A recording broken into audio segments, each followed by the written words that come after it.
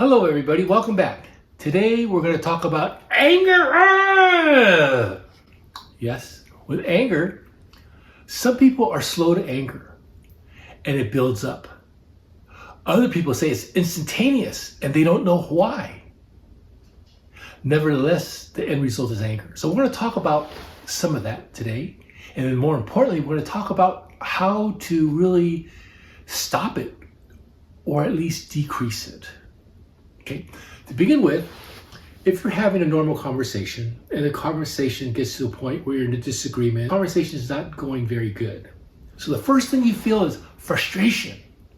Frustration is the very first signal that if you have anger issues or anger difficulties, that may be the start of your anger. The second part after frustration is actually irritation. You get frustrated. Okay. Hey, come on. Irritation. Then after irritation, it builds and builds. And you say, I had enough. Anger. Wow. So let's stop that. How do we stop that? First of all, you have to, when you recognize you're having some difficulties and you're in a conversation, learn to use assertive skills. If you use assertive skills and state what your needs are or what your wants are or what needs to happen, you clarified exactly the conversation. After you are assertive, you have to wait for the response. The response is either, sure, okay, we could do it that way, or no, that's not going to happen. Or you could agree to disagree. In other words, okay, you have your concept, I have my concept, I'll take care of this, you take care of yours, we're good. The acceptance has to occur no matter what. Non-acceptance, acceptance, or compromise. After that point in time, once you get that answer, you have to stop. Because the next step after being irritated is the anger. And with anger, then comes the emotions, the aggressiveness, the warring, the fighting, the physical activities that you do, throw things, do things. In all reality, we have to take a look at what we need to do to stop at really the frustration and irritation stage. Everybody knows what frustration is. Everybody knows what irritation is. But do you know when you switch from one stage to the next stage? That's the key. So if you evaluate yourself on a constant basis, you're going to know when you get frustrated or you're going to know when you get irritated. That's easier to recognize. But anger, no, that's difficult because once anger occurs, you get lost. Now, as far as that's the slow building process, the fast building process can occur a lot of times because it's something that's these categories. The person's hungry, in pain, the environment that they're in, they're tired, they're sick, they're sleep deprived, other mental health difficulties, anxiety, stress, depression, and most of all, physical. It's mostly the physical things that our body is feeling that's complementing the thinking process. Other things are medications. All the things that are not part really or per se cognition or emotions. These are the things that the body's feeling. So a lot of times people can jump really quick to anger. If they're anxious, highly stressed, highly depressed, leave me alone. The other thing that can go from quick is that they don't have a total understanding of what frustration and irritation is. And that's what we have to learn. This is what we have to learn so that we don't have that impulsive outburst of aggression. Now, here's the thing. The tools to use, once you're assertive, and after you have the assertive statement stated, find out what the consequences are. Either they're going to accept it, not accept it, or compromise. And at that point in time, if you're already irritated, it's time to stop. And the way to stop, if it's not finished, say, hey, you know what? We need to take a break from this and come back again and talk about it later. That way you prevent yourself going into the anger stage. Because once you're in the anger stage, like what most people experience is the fact that, hey, I can't stop. And it keeps on rolling and rolling and rolling, and the thinking's not clear. Pretty soon, you put up other statements into conversation of arguments or whatever to validate, to keep your anger up. Well, you didn't take out the trash last week. Well, you kept me up all night, not to work the next day. Things that are not even part of the issue. But you throw things that aren't related, and it continues to escalate. So keep it to the topic. You have to keep it to the topic of what you want to solve. And the best time to do that, again, is when you're being assertive and accepting. If you find yourself being assertive, you're taking a step forward. If you take a step forward, that means you're putting yourself out there. And what that means is that you're now invested in it a little bit. But once you're invested in it, you have to accept the answer.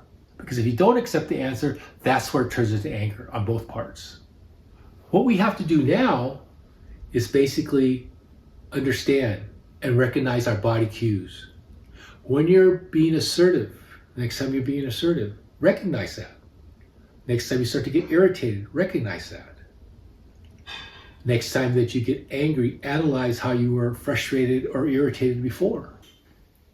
Hello, Joe. It's me, Dudley. Well, hi, Dudley. I haven't seen you for the longest time. How have you been? What's been going on? Well, things have been going pretty good, but I did get real angry at my roommate. You got angry at your roommate? What happened? Well, he ate my tortilla chips. He ate your tortilla chips? Yeah, I got home, they were gone, I was hungry and tired, and he ate them all. Ah. Did you call him names or say mean things to him? Well, I'm not proud of it, but I did call him a few names. Okay, so you were embarrassed about that, huh? Yeah. Over tortilla chips, you tell yourself, right? Yeah, something so small. Okay, so what happens then is basically several things. Tell me, to start off with, how did this all begin? Well, I just got off my shift, came home hungry, was expecting to see my bag of tortillas, but all I got was an empty bag and crumbs all over the floor. Okay, so with anger, there's several stages. And some of the things before the anger starts that you have to take a look at is how your body's doing. You're tired, you're hungry, and you had a set mind of having tortilla chips. So the first part, when you saw it, was there a time when you first saw the bag that you were frustrated with it? Yeah, that's it. The first feeling I had, frustration.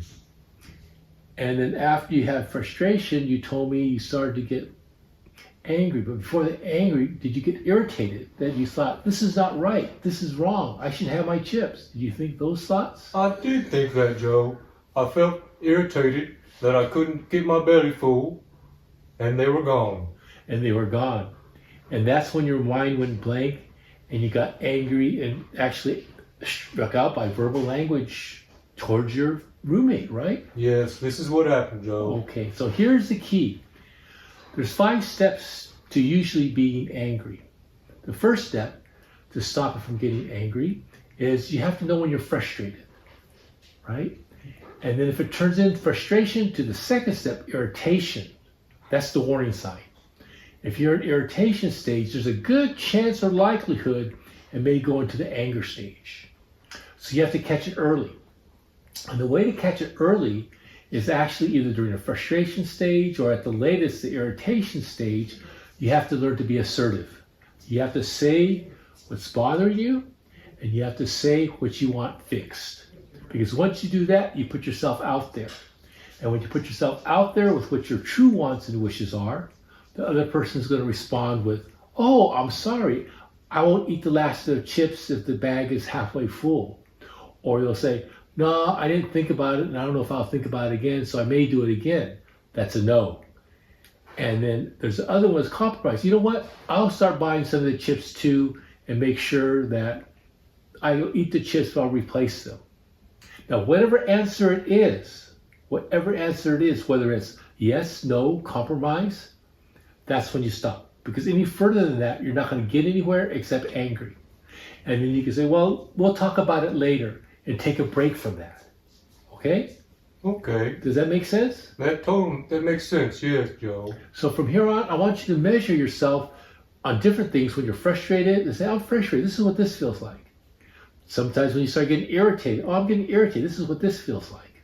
And so now you have the stages or steps to recognize when the possibility of anger can occur. Wow, that's great, Joe.